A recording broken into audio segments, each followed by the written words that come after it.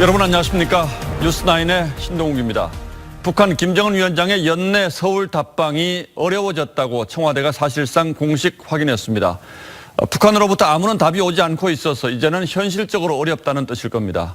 북한 입장에서는 미북 대화에 진전이 없는 상황에서 김 위원장의 서울 답방이 큰 실익이 없을 거라고 판단한 것으로 보입니다.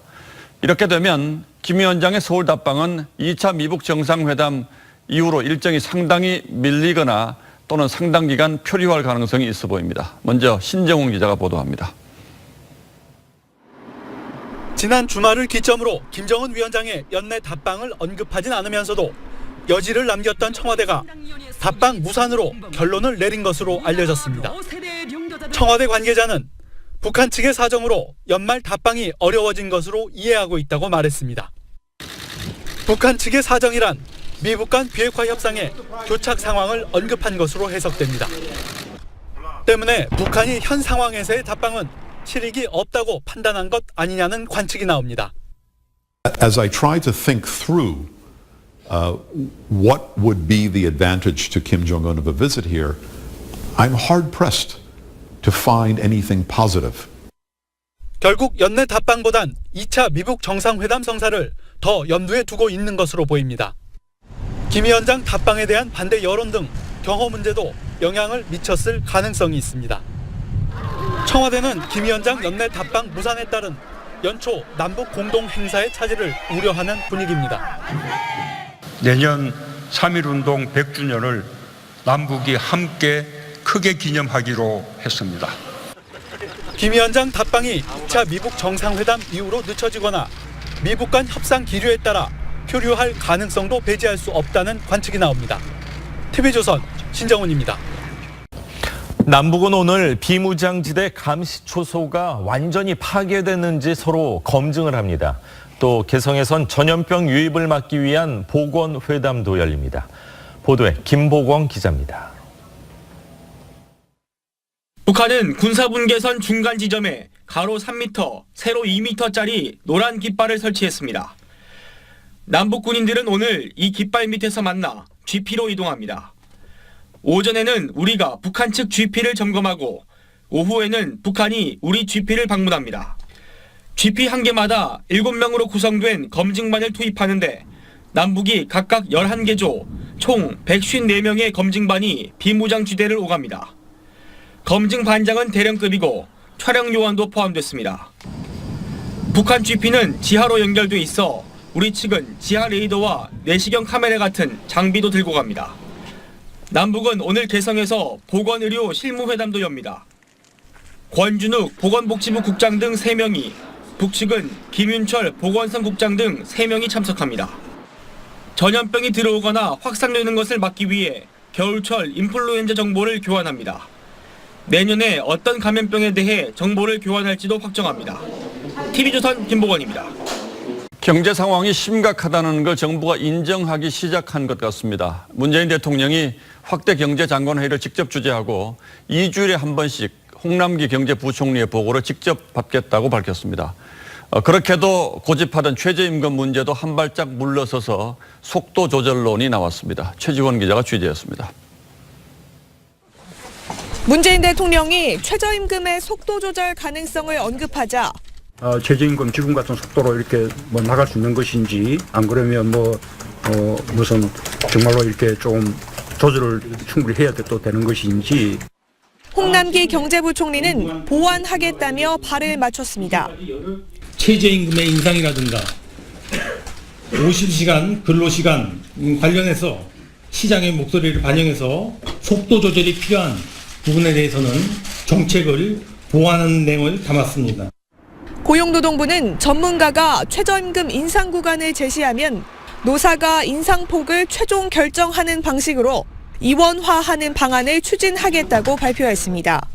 전문가들이 또는 노사가 판단할 때 그런 근거들을 좀 더 명백하게 보면서 하면 어쨌든 현재의 경제, 고용, 그다음에 근로자의 생활과 이런 것들을 포괄적으로 봐서 결정되지 않겠느냐 하는. 문 대통령이 최저임금 인상의 긍정 효과가 90%라고 공언한 지 6개월여 만에 전면 수정에 나서는 분위기입니다. 문 대통령이 경제 상황을 심각하게 받아들이는 신호는 곳곳에서 발견됩니다. 문 대통령은 2주마다 정례적으로 홍남기 경제부총리의 보고를 받기로 했습니다. 첫 대면 보고에서 문 대통령은 원팀으로 일해달라며 김동연 부총리와 장하성 정책실장 때와 같은 엇박자 논란이 나오지 않도록 당부했습니다. 문 대통령은 오는 17일 취임 이후 처음으로 직접 확대경제장관 회의를 주재하고 내년도 경제정책 방향을 논의할 예정입니다. 당정청은 내년 예산의 70%를 상반기에 투입하기로 했습니다. TV조선 최재원입니다. 민주당은 오늘 최고위원회의를 열어서 이재명 지사에 대한 입장을 확정합니다. 이 지사는 어제 분열 세력과 이관계를 경계한다고 말하면서 자진 탈당 의사가 없다는 것도 밝혔습니다. 강석 기자입니다. 경기도청 신관에서 이재명 지사가 나옵니다. 미리 준비해온 종이를 꺼내들며 예상했던 검찰 수사 결과라고 말했습니다. 안타깝지만 예상했던 결론이라 그렇게 당황스럽지는 않습니다. 조폭 연루 등 각종 음해가 허구임이 밝혀져 오히려 감사하다며 앞으로는 도정에 전념하겠다고 밝혔습니다. 기소된 사건의 진실 규명은 법정에 맡기고 지금부터 오로지 도정에만 집중하겠습니다.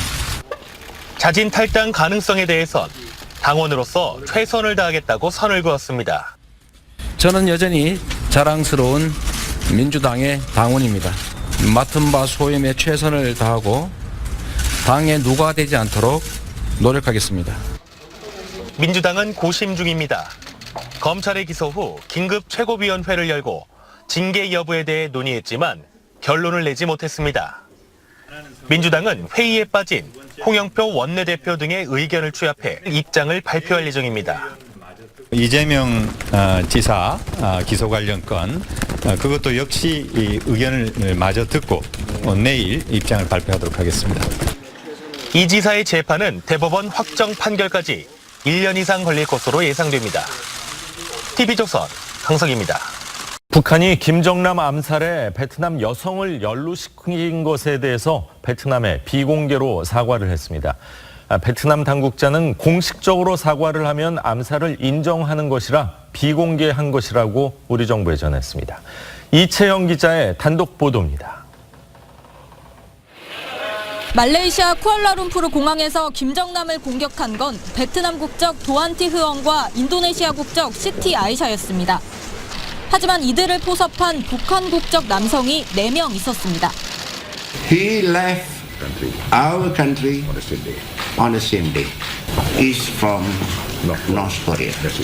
That is at the moment. They are from North Korea. I don't confirm what they do. It's still under police investigation. I got to confirm. 이 용의자 중 한 명인 리지현은 리홍 전 베트남 주재 북한 대사의 아들이었습니다. 전직 자국 대사의 아들이 자국민을 포섭해 살인을 저지르자 베트남은 크게 반발했습니다. 실제로 베트남은 외교관을 제외한 북한 국적인의 비자 연장을 거부했고 북한 식당에 임대 계약을 연장해주지 않는 방식으로 철수시킨 것으로 전해집니다. 베트남은 북한에 공식 사과를 요구하며 외교관계 단절 의사까지 전했다고 정부 관계자가 베트남 고위 외교당국자를 인용해 말했습니다. 북한은 외교 압박을 견디지 못해 비공식적으로 사과했다고 이 관계자는 전했습니다. 공식적으로 사과하면 김정남 암살을 인정하는 뜻이 되기 때문에 비공개 유감 표명이었다고 덧붙였습니다. 정확한 사과 시점을 특정하지 않았지만 김정남 암살 9개월 후인 북한 정권 수립 기념일 이른바 9.9절에는 관계가 회복됐다고 설명했습니다. TV조선 이채연입니다. 백악관을 이끌 비서실장 인선이 난항을 겪는 것으로 전해지고 있습니다. 미국 언론들은 트럼프 대통령 밑에서 비서실장을 하는 것이 힘들기 때문이라고 했는데 트럼프 대통령은 가짜뉴스라고 일축했습니다. 윤재민 기자입니다. 존 켈리 백악관 비서실장의 후임으로 가장 강력하게 꼽히던 36세 선거전략가 에이어스.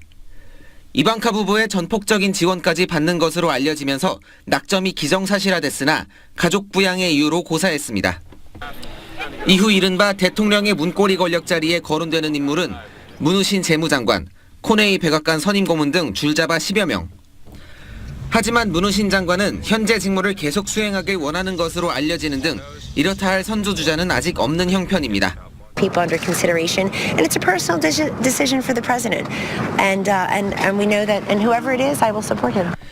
미 언론들은 트럼프 행정부의 백악관 비서실장 자리가 극한 직업이 됐기 때문이란 분석을 내놨습니다.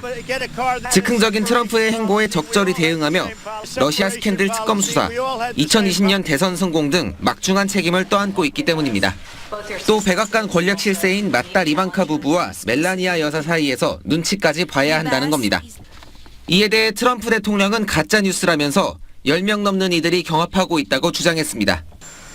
워싱턴 포스트는 멜라니아 여사의 경우 대변인 스테파니 그리샴이 문고리 권력 역할을 자처하며 이방카와 언론의 공격을 효과적으로 막아내고 있다고 전했습니다. TV조선 윤재민입니다. 얼마 전 강원도 원산에서 근무하던 북한군 병사가 한국이 살기 좋다는 소문을 듣고 무려 100km를 걸어와서 귀순했습니다. 이 병사는 새벽에 군사 분계선을 넘어서 1.2km를 더 걸어와서야 우리 군 감시 카메라에 포착됐습니다. 주요 비적 일반 감시 초소에서 800m 정도 떨어진 곳까지 다가와서야 포착이 된 겁니다.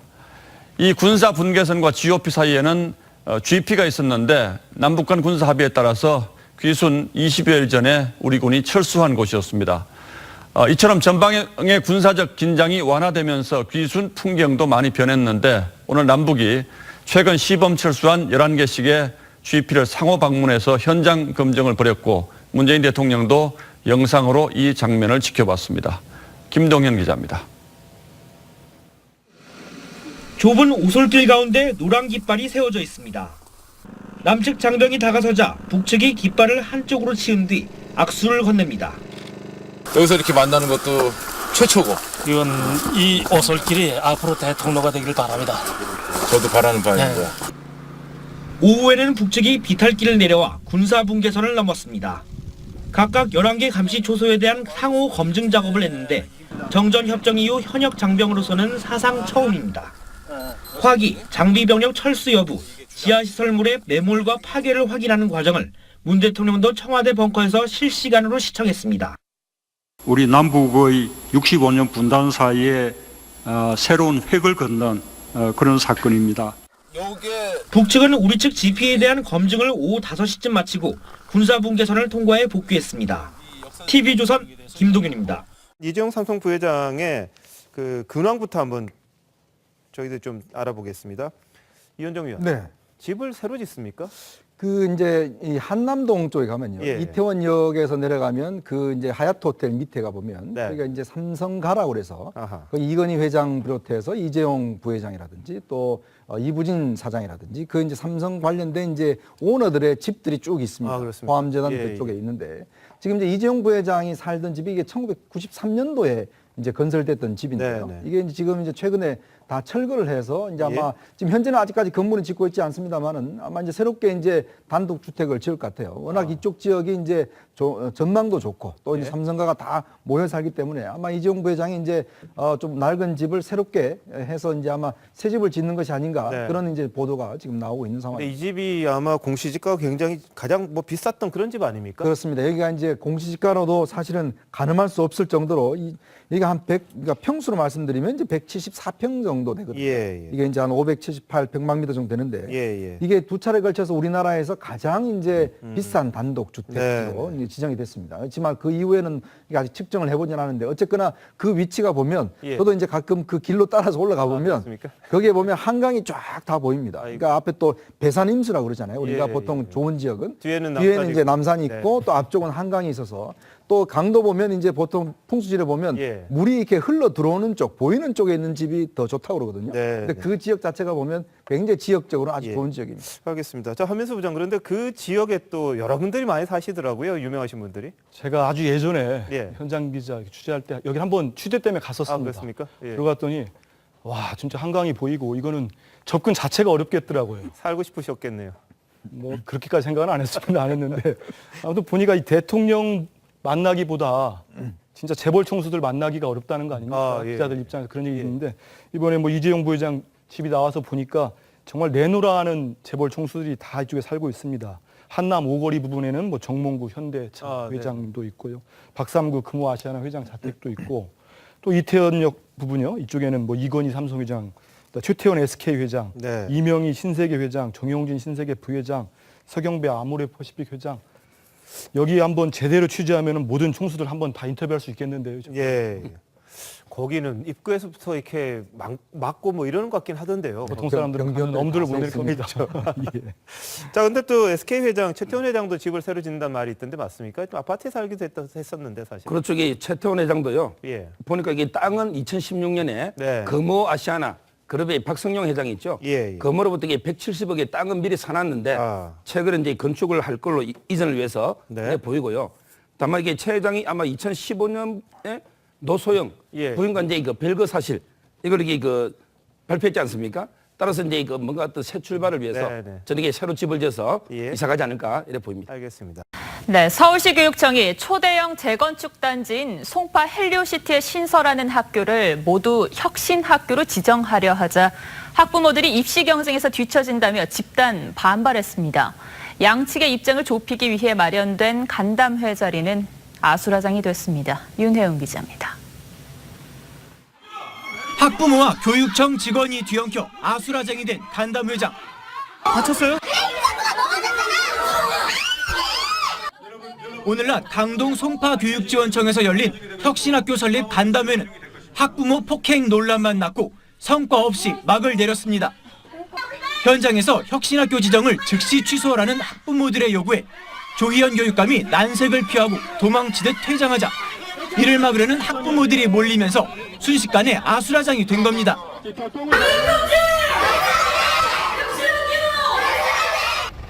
혁신학교는 진보교육감의 대표적인 교육 정책으로 학습과 입시 위주 교육에서 벗어나 토론과 체험을 강조합니다. 그렇다 보니 혁신학교 출신은 입시에서 불리하다는 게 학부모 일부의 주장입니다.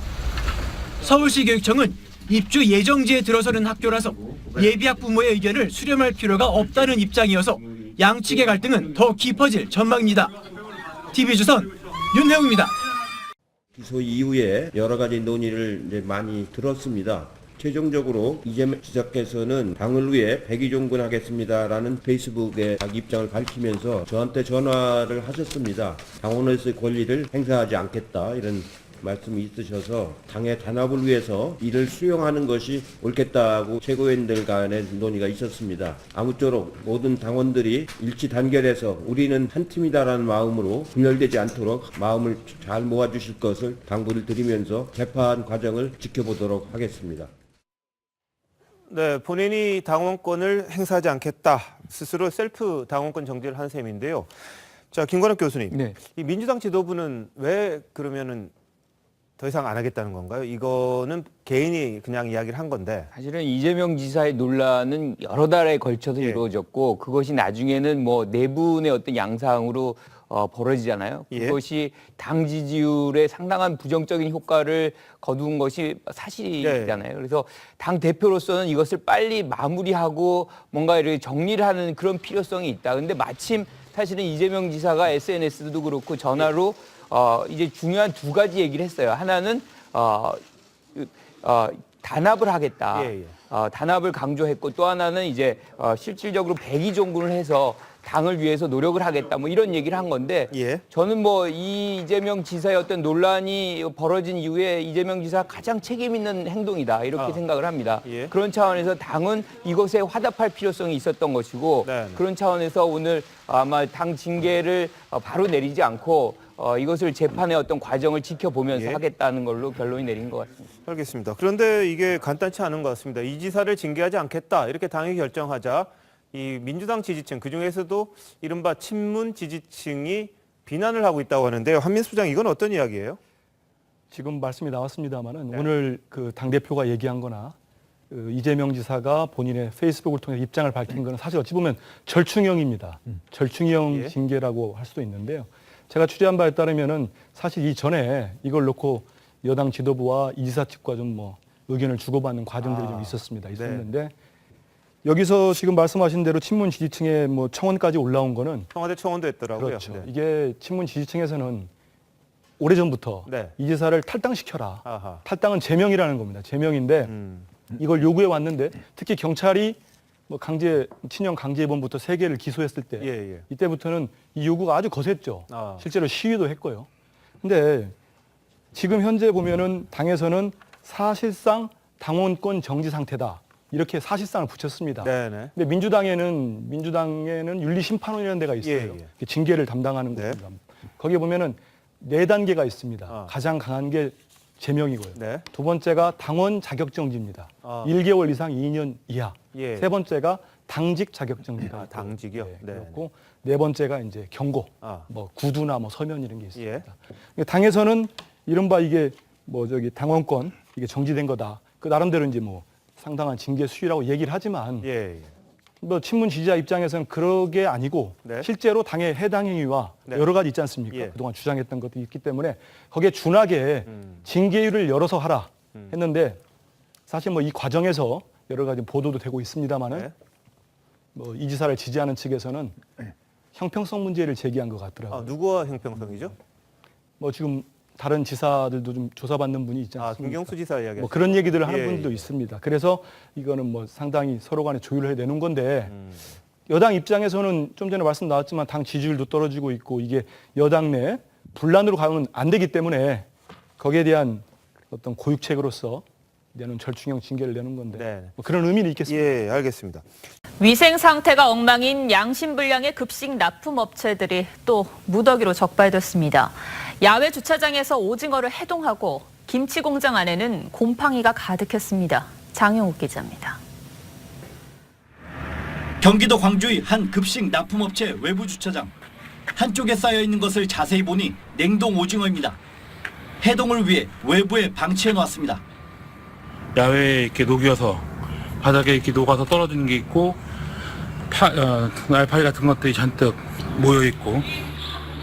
남양주의 한 김치 공장. 벽에는 곰팡이가, 바닥에는 오물이 가득합니다. 배추 절이는 물은 정체 모를 흰 막이 둥둥 떠 있을 정도로 심각하게 오염됐습니다. 가공 기계에선 새털도 나옵니다. 제가 보기엔 새털 같은데. 새털이네. 경기도 특별사법경찰단이 학교 급식 납품업체 220곳을 선별해 단속한 결과 31곳이 위생불량과 유통기한 경과 등으로 적발됐습니다. 고양시의 한 업체는 유통기한이 한참 지난 고춧가루를 폐기하지 않았고 유통기한 보시면 2018년 5월 17일까지 6개월 지난 겁니다. 유통기한을 가짜로 표시한 업체도 여러 곳이었습니다. 경기도는 긴급 대책회의를 열고 불량 급식업체 근절 방안을 논의했습니다. 사실 제일 근본적인 방법은요. 위반했다 걸리면 폐가 망신하게. 경기도 특사경은 적발된 업체를 기소 의견으로 검찰에 송치할 예정입니다. TV조선 장용욱입니다. 네, 서울 강남의 15층짜리 빌딩이 붕괴 위험 판정을 받아 긴급 퇴거 조치가 내려졌습니다. 올해 2차례의 안전점검에서 B등급을 받았던 건물인데 인테리어 공사를 하다 균열이 발견돼 다시 점검을 해보니 철거가 시급하다는 2등급이 나왔습니다. 신준명 기자가 취재했습니다. 강남 삼성동에 있는 15층 빌딩입니다.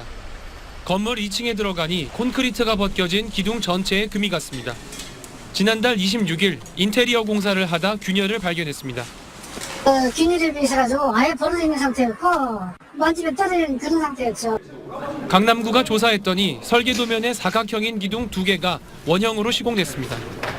부실 시공인 겁니다.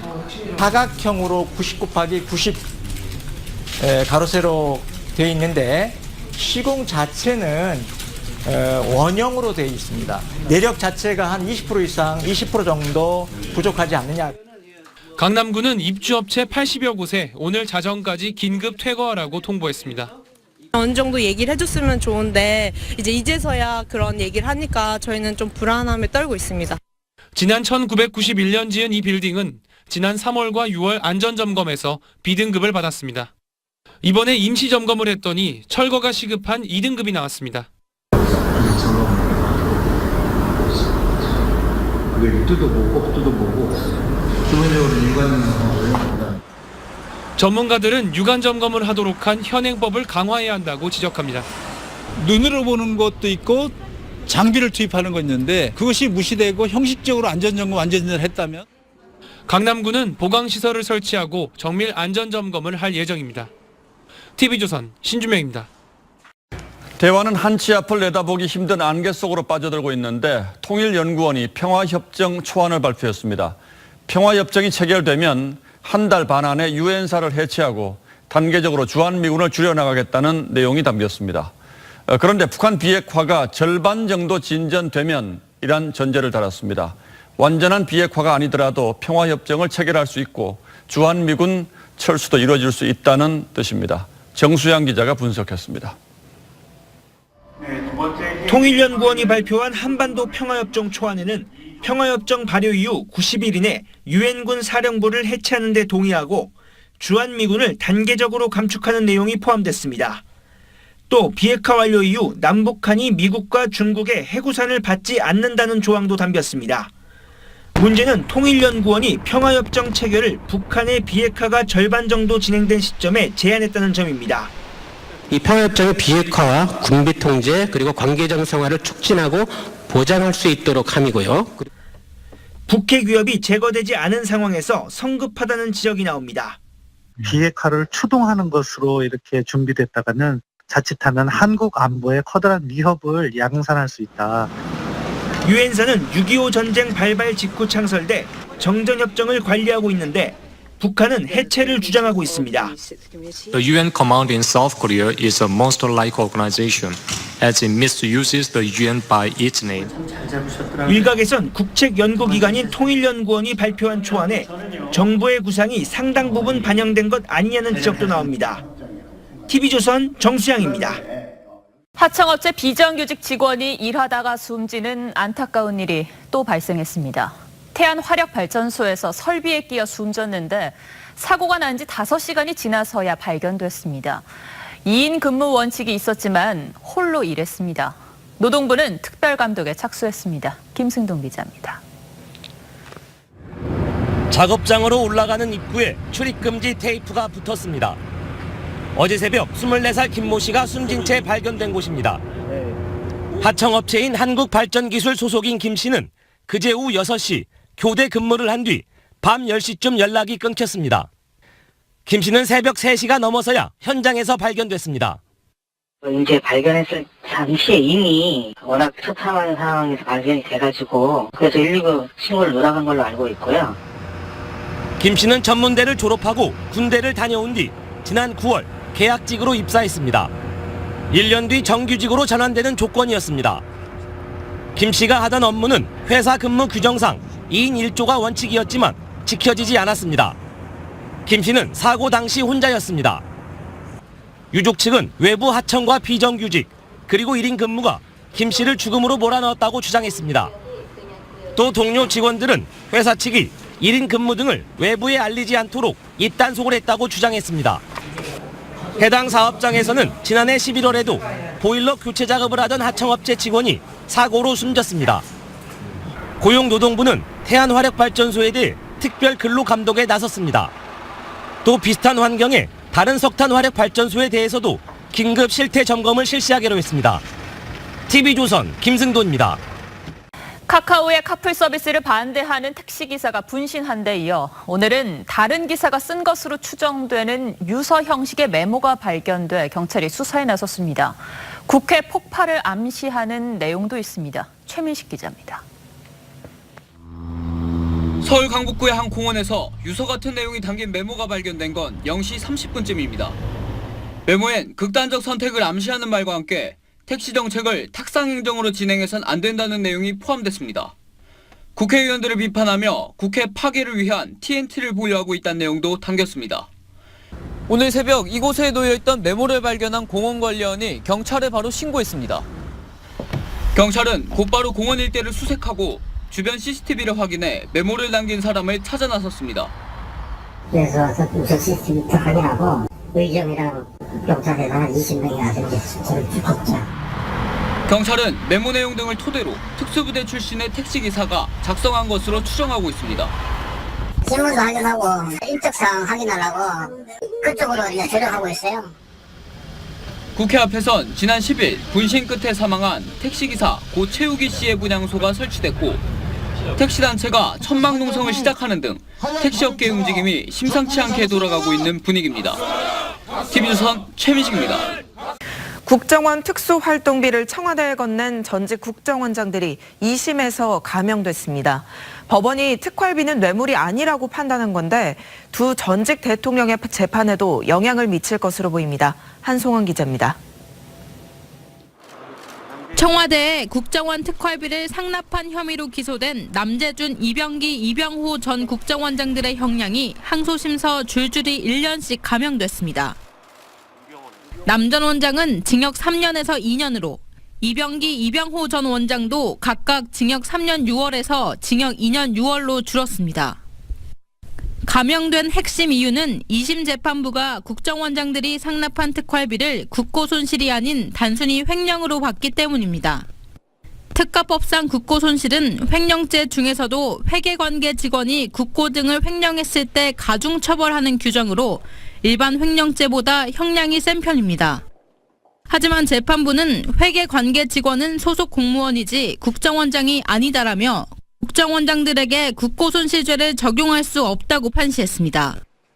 앞서 1심은 3명의 국정원장이 회계관계 직원에 해당한다고 보고 국고손실 혐의를 인정했었습니다. 특활비는 국고손실이 아니다라는 법원 판결이 나옴에 따라 국정원 특활비를 받은 혐의로 2심 재판 중인 이명박, 박근혜 전 대통령도 1심보다 형량이 낮아질 수 있다는 분석이 나옵니다. 특히 이 전 대통령 측은 지난 7일 국정원 특활비는 국고 손실이 아니다라는 취지로 위헌 법률 심판 재청서를 항소심 재판부에 내기도 했습니다. TV조선 한송원입니다. 다음 소식입니다. 윤장현 전 광주시장이 검찰 수사에 반발해 조서에 서명 날인을 거부했습니다. 자신은 사기를 당한 건데 검찰이 공천대가 선거법 위반으로 몰아가고 있다는 주장입니다. 보도에 황민지 기자입니다.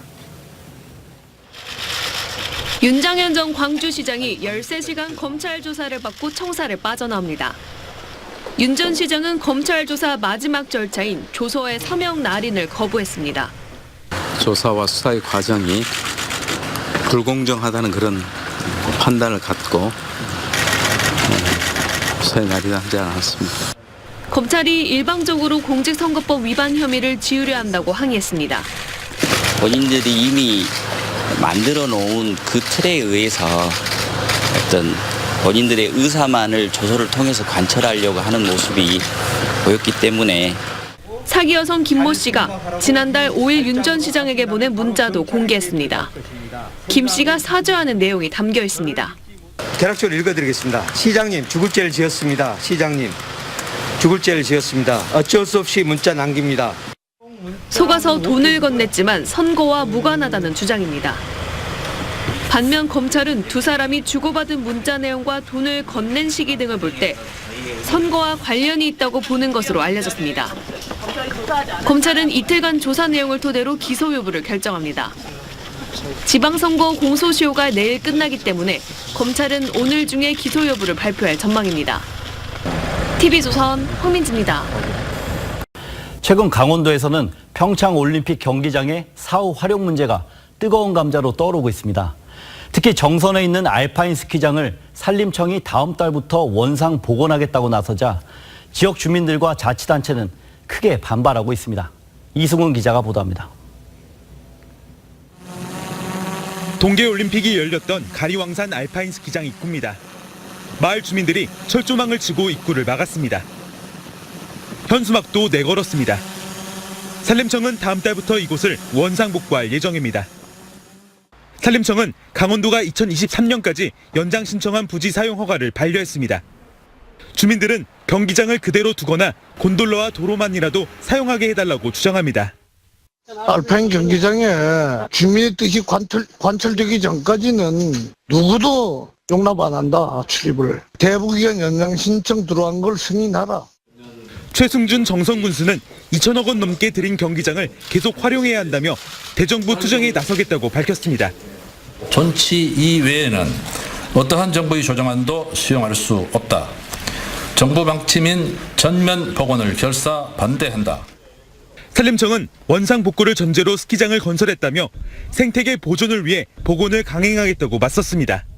다 끝나고 나면 복원하는 걸로 약속을 했잖아요. 사회적으로도 약속을 돼 있는 상황이고 법적도 지금 그렇게 돼 있는 상태고 한데 정부에서 그 법을 어겨가지고 할 수는 없는 상황이잖아요.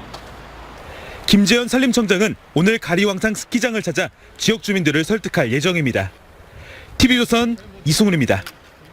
수도권 광역철도 GTX 3개 노선 가운데 2개 노선이 예비 타당성 조사를 통과했습니다. 파주와 동탄을 잇는 A 노선은 올해 착공하고 양주와 수원을 잇는 C 노선은 2021년에 공사를 시작합니다. 윤재민 기자입니다. 국토부가 경기도 양주와 수원을 잇는 수도권 광역철도 GTX C 노선의 예비 타당성 조사를 마쳤습니다. 오는 2021년 GTX C 노선 공사를 시작하고 파주 운정과 동탄 신도시를 연결하는 GTX A 노선은 올해 안에 착공합니다. GTX C 노선이 완공되면 수원에서 삼성역까지 22분, 의정부역에서 삼성역까지 16분이면 갈 수 있습니다. 서울 접근이 어려웠던 의정부와 양주 등 경기 북부 지역 주민이 가장 큰 혜택을 보게 됩니다. GTX C 노선은 애초 GS건설이 민간 사업으로 제안했는데 정부는 민자유치 적격성 검토를 통과하면 경쟁 입찰 방식으로 사업자를 선정할 예정입니다. 착공이 지연됐던 파주와 동탄 신도시를 잇는 GTX A 노선도 올해 안에 착공합니다. 인천 송도 신도시에서 청량리를 잇는 GTX B 노선은 사업성이 떨어져 추진이 어려운 상황. 정부는 인천 송도에서 경기도 마석까지 연장해 경제성을 높이는 방안을 검토하고 있습니다. TV조선 윤재민입니다. 이재수 전 기무사령관이 어제 대전 현충원에 안장됐습니다. 친구의 마지막을 함께한 박지만 회장은 남은 가족들을 돕겠다고 말했습니다. 홍영재 기자입니다. 눈이 내린 묘 위로 국가꽃이 수북히 쌓였습니다. 지난 7일 숨진 이재수 전 국군기무사령관이 어제 대전 국립현충원에 안장됐습니다. 소식을 듣고 찾아온 추모객들의 눈시울은 금세 붉어집니다. 참 마음의 압박이, 심적인 부담이 자기 목숨을 버릴 정도로 강했구나. 많이 안타까웠습니다. 어제 새벽 빈소를 떠나는 고인의 마지막 길에도 많은 시민들이 나와 애도의 뜻을 표했습니다. 보수 성향 단체는 서울 광화문에서 추모식을 열고 검찰의 무리한 수사로 이 전 사령관이 안타까운 선택을 했다고 주장했습니다. 명예를 목숨보다 소중히 여겨온 이 장군의 두 손에 수갑을 채워 인격 살인을 한 조국. 이 전 사령관은 세월호 유족들의 동향을 사찰했다는 혐의로 검찰 수사를 받던 중 극심한 심리적 부담을 느꼈던 것으로 전해집니다. 우리 부대 및 부대원들은 최선을 다해서 임무 수행을 했습니다. 한 점 부끄러운 임무 수행을 했다고 생각합니다. 무력감과 자괴감에 잠을 이룰 수 없었다던 이 전 사령관은 이제 영원한 안식을 찾았습니다. TV조선 홍영재입니다. KTX 탈선 사고 직전에 실무자들이 이상을 감지하고 다급하게 교신을 주고받은 기록이 공개됐습니다. 정부는 시공에 문제가 있다고 보고 강릉선 전 구간의 안전점검을 지시한 가운데 오영식 코레일 사장은 이번 사고에 책임을 지고 사퇴했습니다. 황민지 기자입니다. 탈선 사고 당시 KTX 교신 기록이 공개됐습니다. 지난 8일 오전 7시 7분 철도 관제센터에 다급하게 큰일 났다 신호기 장애가 발생했다는 보고가 나옵니다. 초기 대응팀을 보내라는 지시가 내려졌고 7시 14분 열차는 출발합니다. 7시 34분 초기 대응팀이 3분만 시간을 달라는데 어떡하냐고 물었습니다. 1분 뒤 열차를 몰던 기장은 탈선 사고를 보고합니다. 누군가가 열차를 중단을 시켰어야 돼요.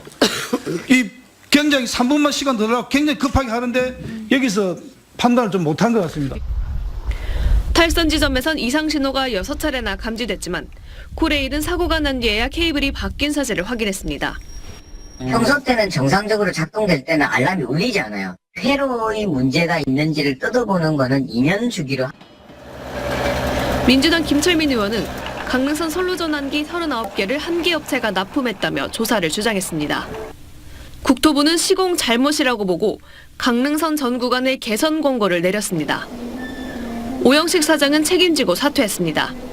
다만 오 사장은 과도한 경영 합리화와 민영화 등이 사고의 근본적인 원인이라며 지난 정부의 조치에 대한 비판도 덧붙였습니다.